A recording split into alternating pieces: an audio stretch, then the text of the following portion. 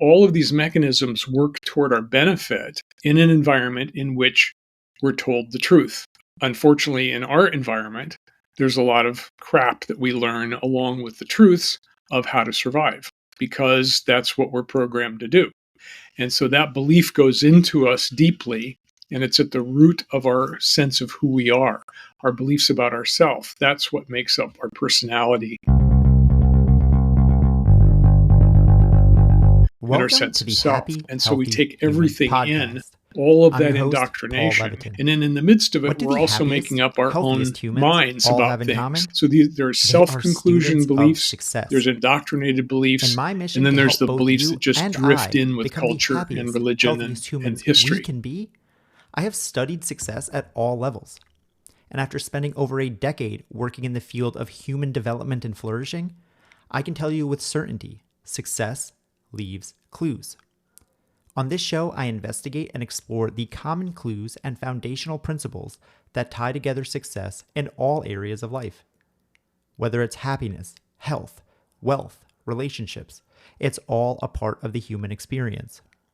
By following these success clues and understanding the underlying success principles, you will find that success is not simply a possibility, it's guaranteed.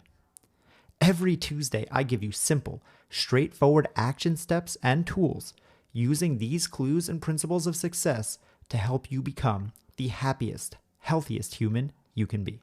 Lion Goodman is a transformational coach, author, healer, and teacher. At the age of 26, Lion was shot in the head 4 times. This near-death experience kickstarted 5 decades of research into the nature of consciousness, developmental psychology, spirituality, and healing.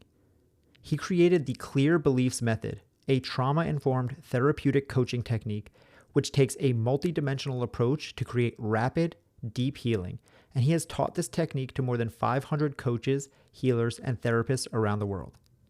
On this episode, Lion explains his success clues around breaking away from limiting beliefs, understanding the truth, and his multidimensional approach to trauma healing. And he explains why they call him the subconscious pattern detective. So please enjoy this conversation with Lion Goodman. What is infrastructure of the mind? That's my favorite question.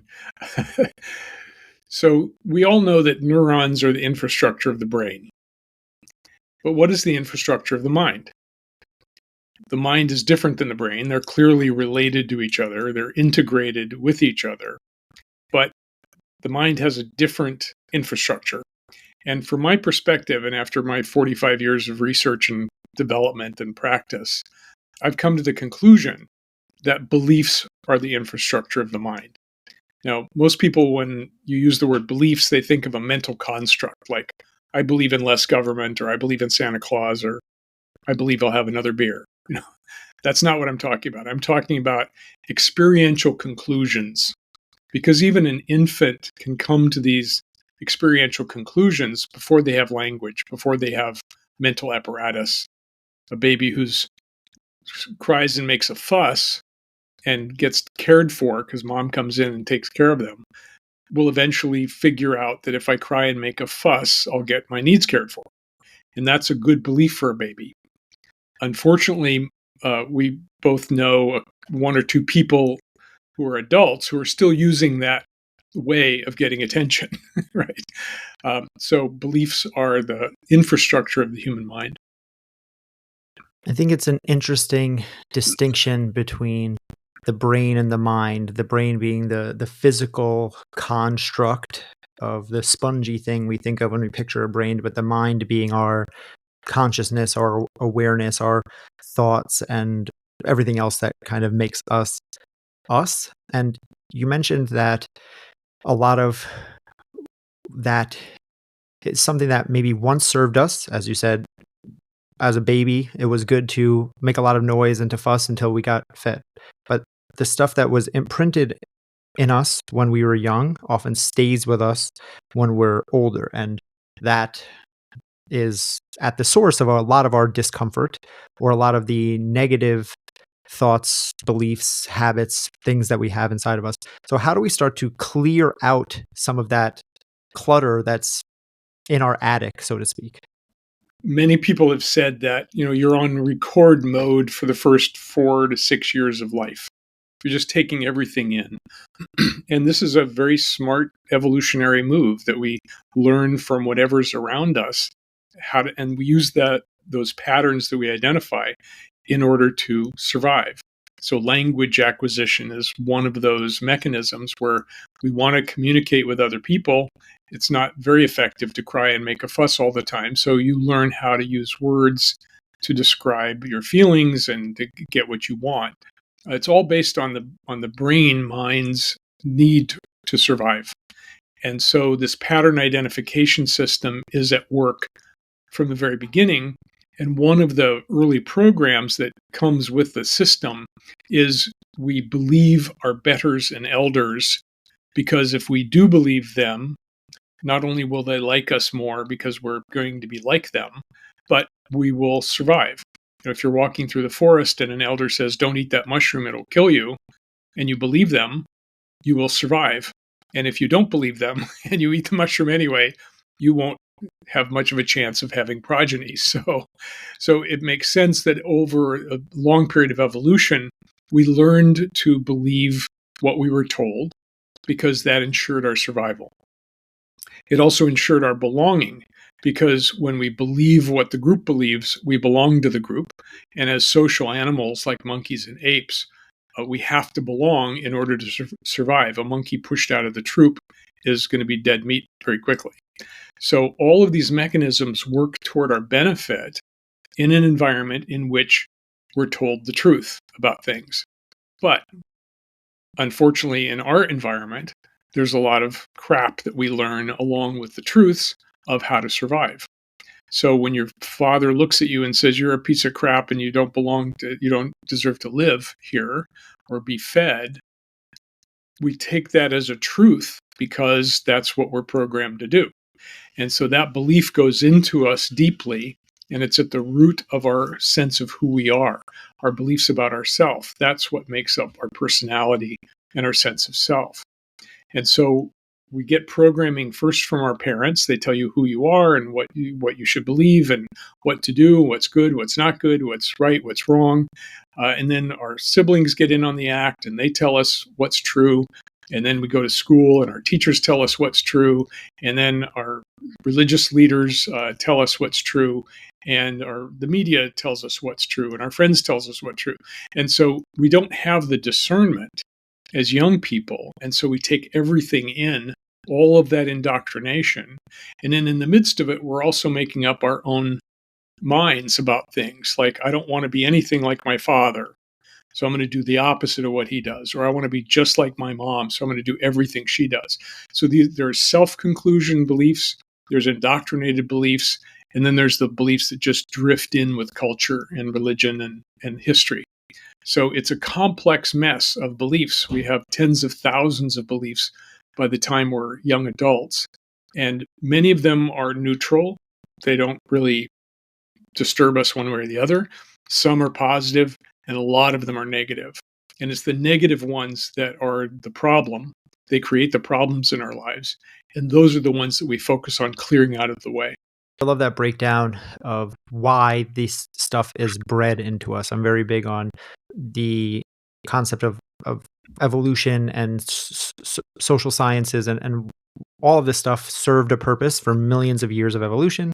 All of this stuff serves a purpose up until a certain point of our lives. So this is not a you or me problem. This is always why I say human is in the name of this podcast, because this is a human thing.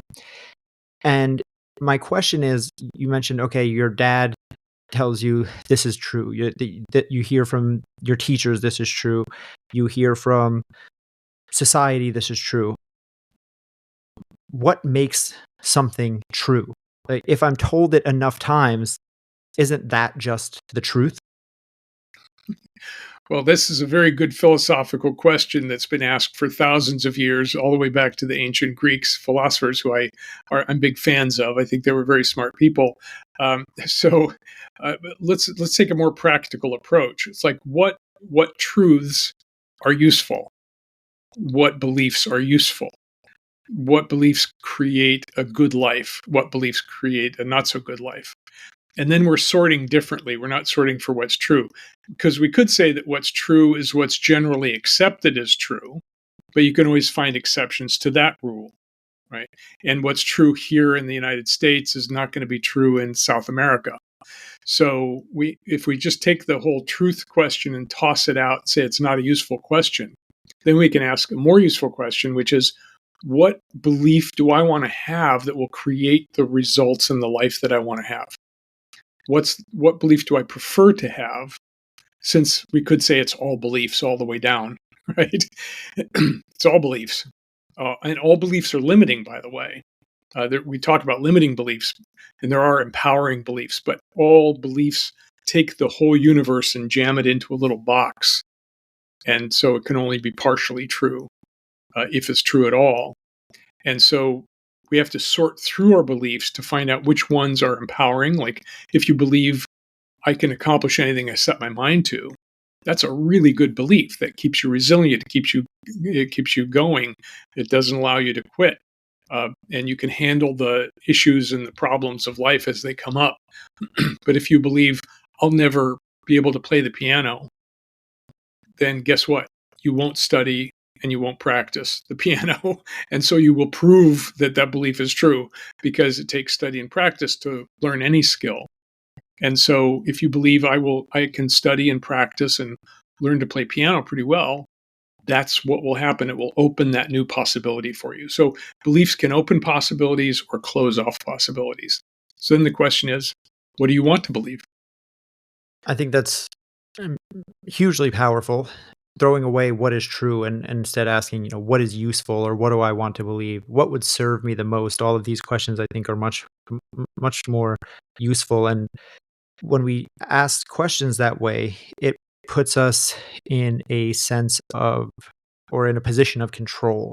Whereas if we're looking at things as if they are objective truths, it's like, well, it just is this way, and I'm no longer in control. I'm just bad at piano, like you said. So that takes me out of the driver's seat.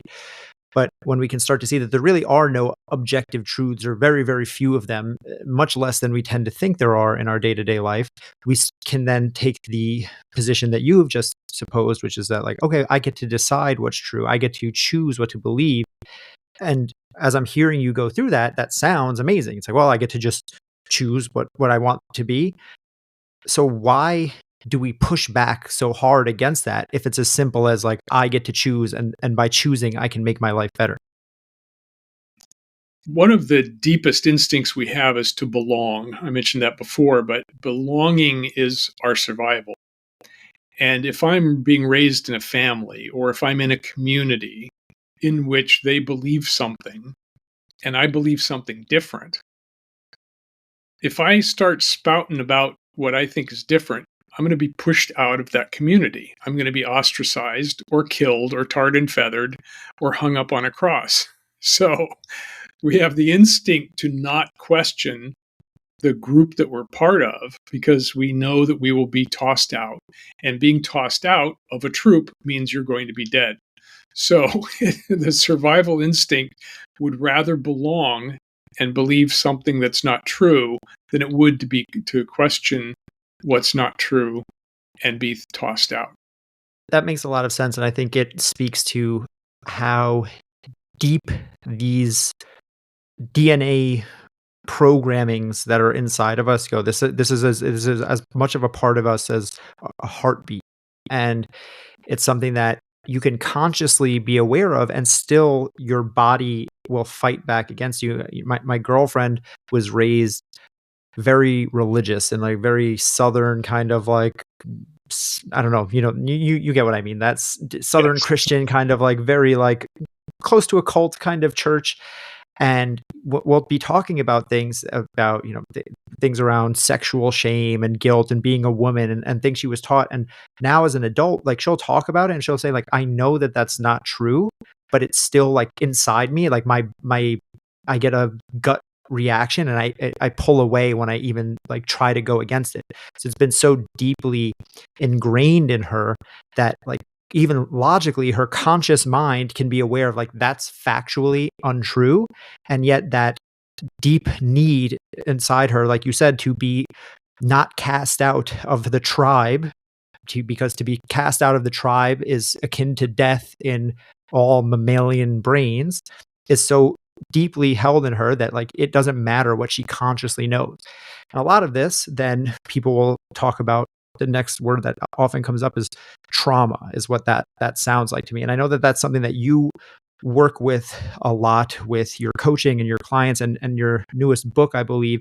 So what does it mean to start to transform your trauma? If you don't mind, I'd like to take a step back to another point you made. Is that okay? And then we'll come back to trauma. There's a lot of people who talk about changing your beliefs, and there's a lot of techniques for changing your beliefs. Most of them are ineffective, or they're partial or temporary. And there's a reason for this. And this ties into your girlfriend and the deep programming she got. Our beliefs come from our experience, whether it's the experience of listening to mom or dad say something to you, or the experience of being shamed in school and laughed at, or the experience of just coming to your own conclusion based on your experience. Like, I'm being beaten by my father, therefore there must be something really wrong and bad about me. Okay.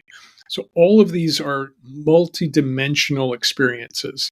They involve our sight, our smell, our hearing, our feelings, our spiritual body, our mental body. We have many different dimensions to us as human beings. And so our experience is multidimensional. And since our beliefs are made of our experiences, they must be multidimensional too. And most techniques that approach belief change are one-dimensional, maybe two-dimensional. Like, here, beat on this pillow and you'll feel better. Well, that clears the emotional charge that you're carrying around, but it doesn't tap the subconscious memory system. It doesn't necessarily change the mental structure, or it doesn't change the embodied sense of that belief. Or you can come to the conclusion, like your girlfriend, like, I know that isn't true. That's a mental awareness, but it doesn't touch the emotional body. It doesn't touch the memory system that remembers physically what it feels like to be ostracized, right? So that's where I came up with the clear beliefs method, was by recognizing that in order to clear a multidimensional construct, like a belief, it has to be cleared multidimensionally. It has to be cleared from all of the systems: mental, physical, intellectual, spiritual, energetic, relational. And when you clear it that way, then it's really gone and it doesn't come back. All these other technologies, which are mental alone or emotional alone or mental emotional, but they're not, they don't deal with the memory system, they don't clear it completely. And so the answer is, well, just keep doing it over and over again. Just keep saying your affirmations over and over again, and eventually it'll take, but it doesn't. Because our old beliefs, as soon as you challenge them, they come up, they jump up and reassert themselves. When you say, I'm going to stop eating chocolate, that's a commitment, a mental commitment to your health. But then you're walking around and you open the refrigerator and you suddenly find yourself, finishing off a pint of chocolate ice cream. so the deep programming of chocolate good, chocolate tasty, chocolate yummy, that goes a lot deeper than any mental construct. And so that's the important point that was my breakthrough and this is what I teach now, is how to multidimensionally clear the multidimensional beliefs that are running our lives. And when you do that, that's when things open up. Because otherwise, when you say an affirmation, I've got plenty of money, the old affirmations go, come on, you don't have plenty of money. Look in your wallet. Your bank account is empty. Don't even joke about this, right? So by clearing, it's like creating a garden in your backyard. The first thing you do is you clear the rocks and the weeds from the soil. Because if you throw your new seeds on rocky, weedy ground, not much is going to grow. But if you clear the soil, and you mend the soil, and you turn over the soil, and there's nothing there to interfere with it, then when you plant a seed, it can grow and blossom. And so in all of our technologies, we are clearing the belief first, and then we decide what we want to believe. And then we plant it in open, clear ground. And there's nothing to interfere with it. There's no resistance to it. And that way it can manifest. So that's the foundation of this work. And now we can get back to trauma if you'd like. I do really appreciate you explaining that, and I think that that's incredibly, I've never thought about it that way, multi-dimensional aspect of things, but it makes complete sense because so much of what we experience, it's a smell can bring you back to exactly where you were when you were enjoying a chocolate ice cream on the beach with your family, or when your dad was beating you, or when your parents were arguing and you were hiding in the kitchen eating a bar of chocolate, or again a sound or a touch or anything like this. So to just look at things through one thing of just like it's just a thought, that's not quite true. Our body remembers things in different ways and stores things in different ways. So I think that's a really enlightening way to start looking at things. But yeah, I would love for you to, now that we're up to trauma, to start breaking down how you look at that as well as how that layers into all of this. Good. Well, we know a lot more about trauma now than we did 20 or 40 years ago. And it's clear that there's all kinds of trauma. Most of the time, people think, oh, beaten severely, that's trauma, or being in a car accident, a car wreck, and your body tossed around, that's trauma. But there's also developmental trauma. For example, if a child is not cared for in many of the ways that a child cannot be cared for, they don't develop properly because a child needs care, needs touch, needs understanding, needs nurturing, needs being seen and being heard. And so, if any of those pieces are missing, then the child develops a kind of trauma called developmental trauma, where they're not whole. They're not moving through life whole and complete. There's something missing. Adoption trauma is another one that comes up. Anybody who's adopted went from being inside of a mother for 9 months to being outside and then left, which is abandonment trauma. And even if they're handed to adoptive parents who love them and take care of them and raise them beautifully, that core trauma is still there of being rejected, of being abandoned. So there's a wide range of trauma, and trauma causes us to try to explain it to ourselves. Why am I being beaten? The mind wants to understand the reason for things. And so a child who's being beaten will come to a conclusion that I'm a terrible person. I'm bad. I'm a sinner.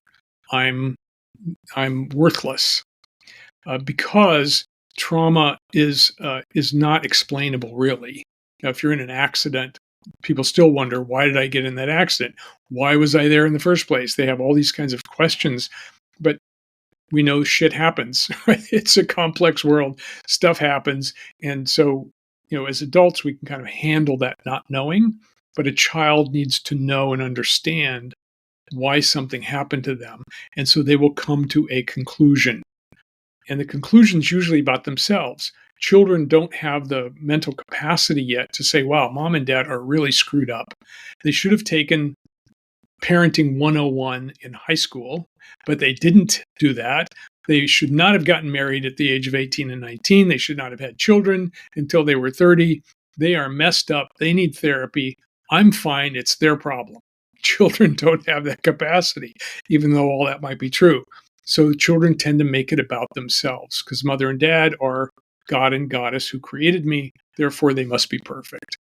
And so this is just a trick that the mind plays to explain things. We're storytelling animals. We have narratives that explain life to ourselves. And so that's part of the belief structure as well. Yeah, I think that the understanding that, as you just said there at the end, storytelling animals is what we are. And we're always looking for meaning in what is, again, objectively a meaningless existence. And I think that causes a lot of disconnect and disparity. We are trying to bring order to the chaos. Everything has to have a reason to our brain, but the reality is nothing happens for a reason, and the universe is chaos and everything is just random most of the time, right? Obviously there's exceptions to every rule. You mentioned belief patterns, and I love the analogy that you used of cleaning out the rocks and the weeds of our garden before we start to plant the positive, right? Plant the positive, the mantras, the affirmations. That's where everyone goes, the vision boards, the this and that. But if you're planting that in a garden that's full of weeds, the weeds we know overtake everything else. So how do you start to notice these limiting beliefs so that you can weed them out. Because I think that most people don't realize that this stuff is happening. It's just, again, it's the truth. It's not a limiting belief. It's just the way things are. So how can we start to observe this stuff so that we even have a chance to start clearing out our garden? In both of my ebooks, Clear Your Beliefs and Clear Your Clients' Limiting Beliefs, there's an exercise called belief self-diagnosis. And it's a simple exercise, and you don't need the ebook to do it. You take out a piece of paper and you think about an area of your life that you have issues with or problems in. Let's say it's money and finances. So you ask the question of yourself, what's something I believe about money? And you listen to your mind, because your mind will answer that question. And what you hear is, money doesn't grow on trees.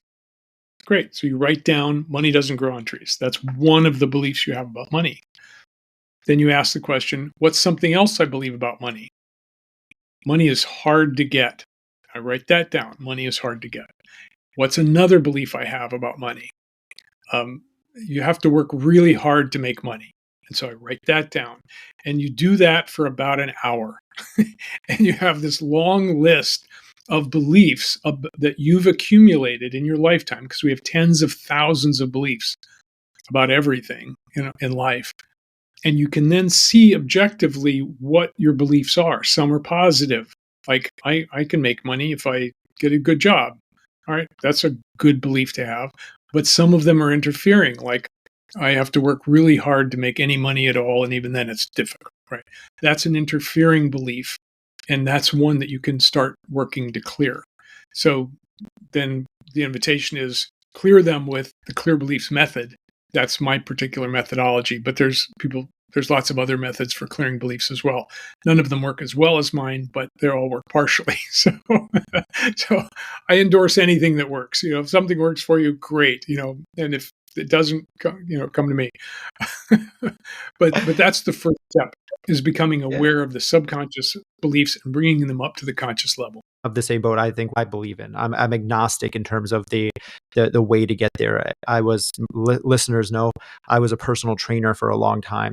And in the fitness world, it can be very dogmatic. It's this way or that way. It's CrossFit, it's lifting, it's yoga, it's whatever. It's like whatever has you feeling better, that's what's amazing. And so I think it's the same thing with this. If it's cognitive behavioral therapy, if it's regular therapy, if it's rapid eye movement desensitization, or whatever the thing is, everything works for someone. And I think that's an important thing just for people listening, that there is no specific thing that you can know for sure will work for everyone, because there's always outliers. But there is something that will work for you. No one is a lost cause. Again, that is a limiting belief that we probably have, is that like it works for everyone else, but it wouldn't work for me. And so I just offer that to people as a different story, as a different narrative.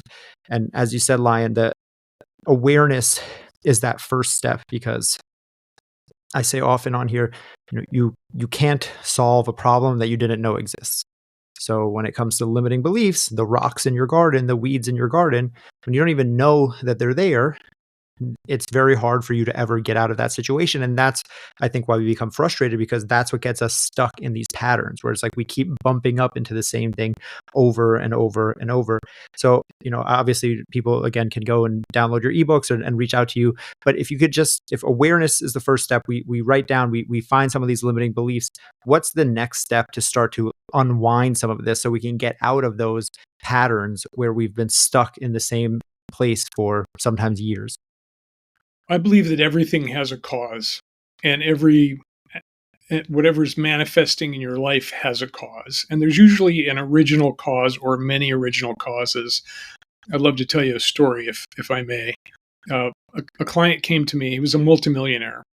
And the reason he was a multimillionaire is because he'd make millions, then he'd lose millions. So he'd make millions and he'd lose millions over and over again. And he was tired of the pattern. And they call me the subconscious pattern detective. So he found out about me and he came and said, all right, help me out with this.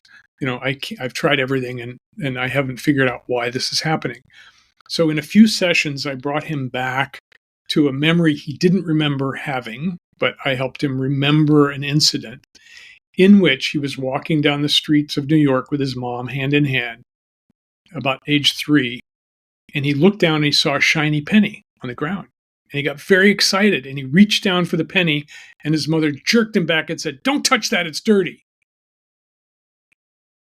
And he suddenly realized that the reason that he couldn't hold on to his money is because mom said it was dirty and he shouldn't touch it.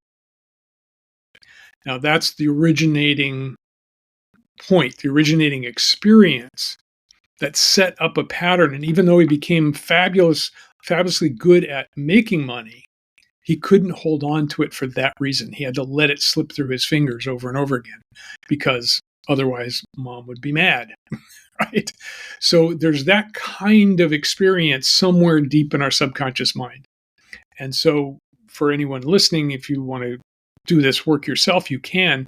First of all, feel the belief, feel what it feels like to hold the belief that you're struggling with. And then kind of go back in your memory and see if you can find the first time you felt that way. It's not a mental process, it's a feeling process, somatic feeling in your body. What was the first time you felt that experience? You had that experience, whether it was a pain in your shoulder or an upset stomach or a heartburn or a heart hardening or squinching. So whatever that is, follow that back in time to the earliest time you can remember feeling that way, and then explore that experience and see what happened that created it. And you'll probably find the source of that conclusion, of that belief, of that behavior, of that strategy way back there in memory. So there's the secret sauce of the clear beliefs method. That's beautiful. And I appreciate you sharing that. And it's always amazing to me, but also makes perfect sense to hear stories like that of something that seems so tiny, negligible, pointless in the grand scheme of someone's life, like not picking up a penny, and yet something from when you were 4 or 5 years old can be the rock that starts the entire avalanche that is, again, now 40 years later, someone is stuck in a negative pattern that's destroying their lives. And it speaks to the importance of this type of work, because that's a eureka moment when your client sees that. And without that, you drive yourself crazy thinking like, what's the matter with me? Why something inside me must be broken, or something. We start to tell ourselves stories going back to, we have to give reason to the madness. So that is the real reason. But without that, we start to create these reasons, or just we go crazy. So if you are open to sharing your story of being shot, because that seems to me like something that, when you talk about finding reasons for things and what did I do to deserve this, that seems like the ultimate quote unquote punishment. But I'd love to hear that story and what changed in you after that. I was 26 years old and I had graduated with a degree in consciousness studies from the University of Colorado. This is way back in 1975 that I graduated. But nobody was hiring people with degrees in consciousness studies because I was the first one to ever get one. So because of that, I took a job as a traveling salesman, selling jewelry and gift items to stores. And I was traveling around the Southwest in an RV van. And because I was a nice guy, because I had studied spirituality and psychology and all those things, I'd stop and help people whose cars had broken down. And I was just a nice person on the road. I was a good Samaritan. And I was driving from Las Vegas to LA one day, and there was a guy whose car had broken down in the middle of the Mojave Desert. It was about 110 degrees outside. So I stopped and I said, can I help you? He said, I just put $200 into her and she won't start. I don't know what to do. To shorten the story, we ended up traveling together for 3 days. I kind of took him under my wing. I was, buying him food because he didn't have any money and giving him some newer looking clothes. I grew to trust him, sent him on errands with the van to gas it up or get it washed. And at night we'd camp out somewhere. And so we were east of LA in near a reservoir. I was in the back of the van moving things around to make more room because there was a lot of stuff in the van. And he was in the front of the van listening to music. And suddenly there was an explosion and I felt something hit me in the head. And I thought at first the gas stove had exploded, which was right up to my left, but I looked up and the gas stove was intact. And then I looked all the way to my left, and there I saw him in the front seat with a black gun in his hand pointing at me. And I realized he had shot me. And I was surprised, needless to say, because I had grown to trust this young man. And at first I thought he was warning me and he wanted my stuff. And at that point I went, it's all yours. You can have it all. Leave me naked outside. That's fine. And then he shot again. And I realized he's not warning me. He's going to kill me. And the second bullet missed me by a fraction of an inch.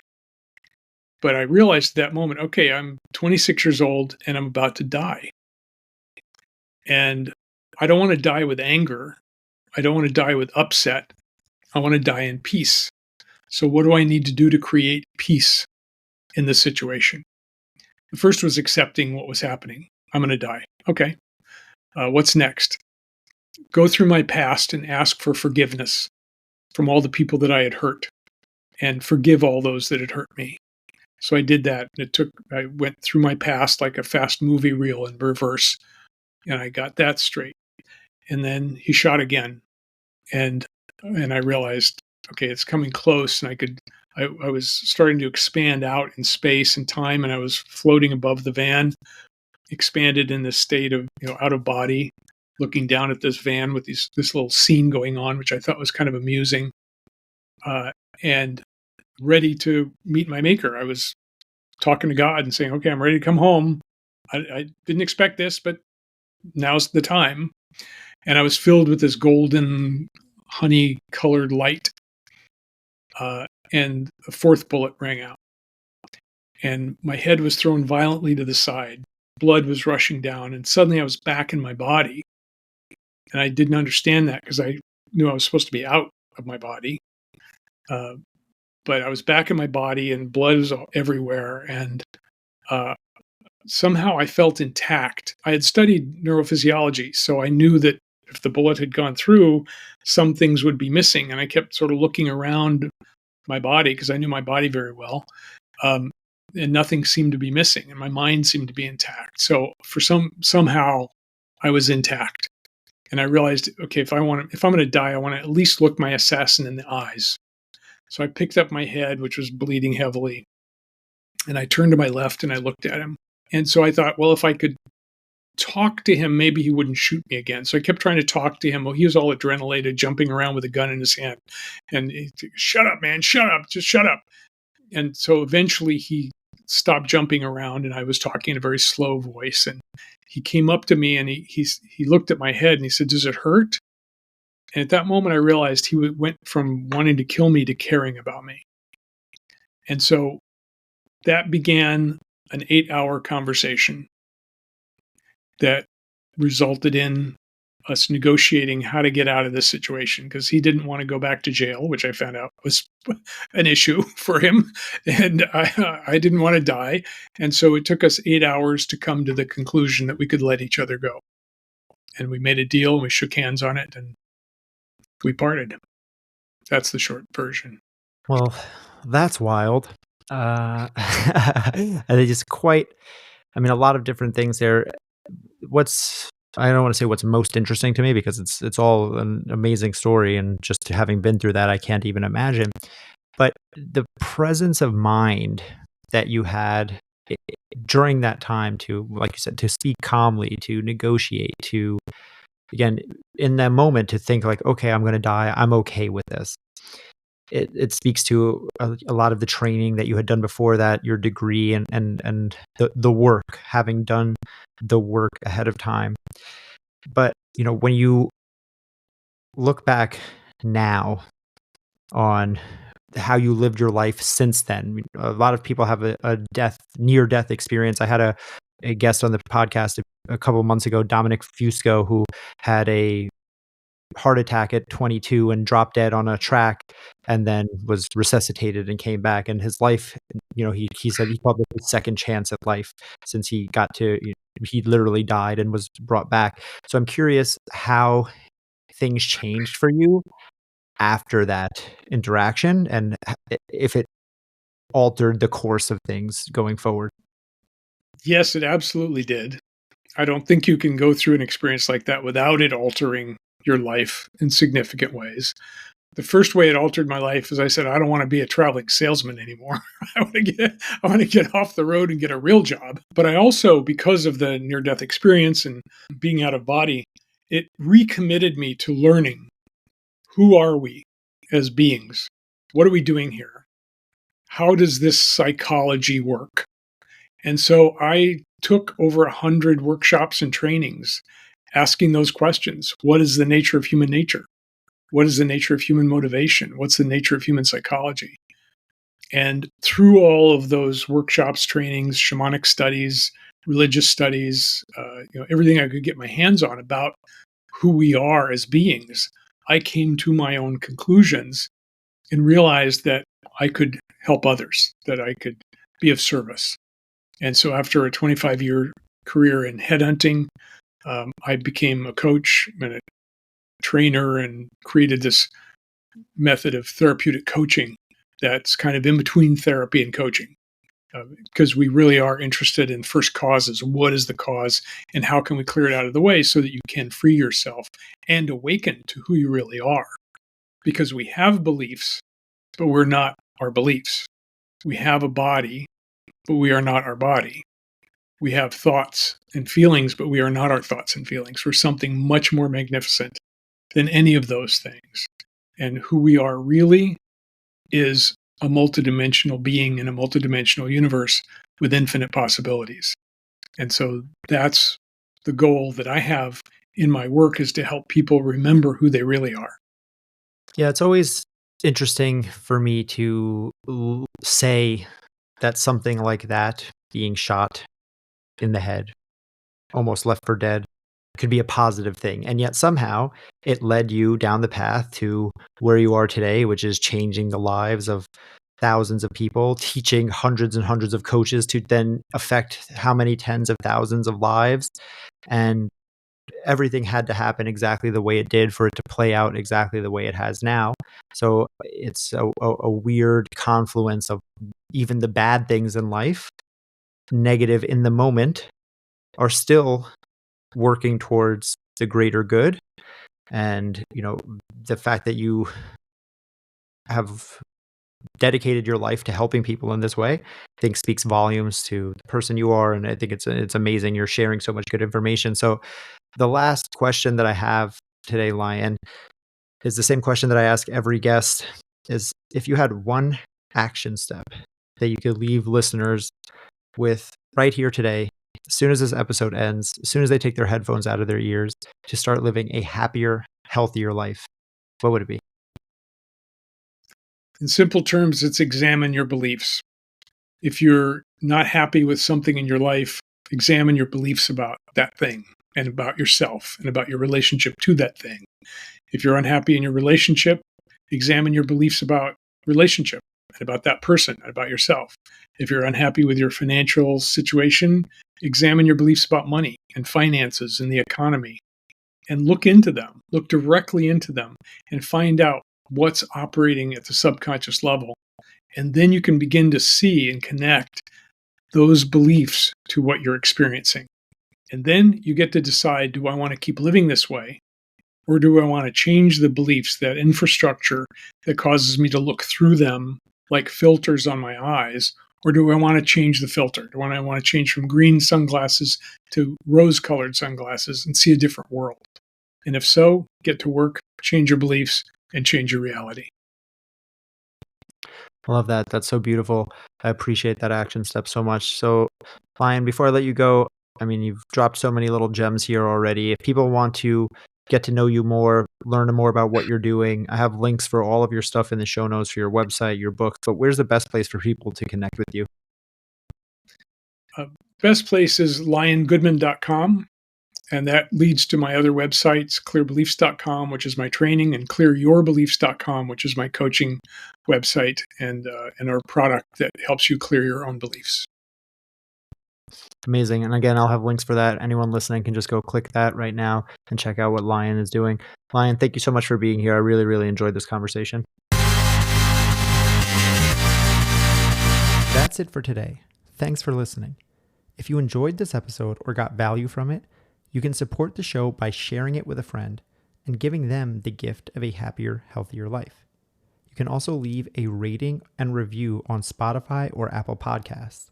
That helps boost the show on those platforms so more people can discover it and we can all grow together. I'll see you back here every Tuesday and Thursday morning. And until then, stay happy, stay healthy.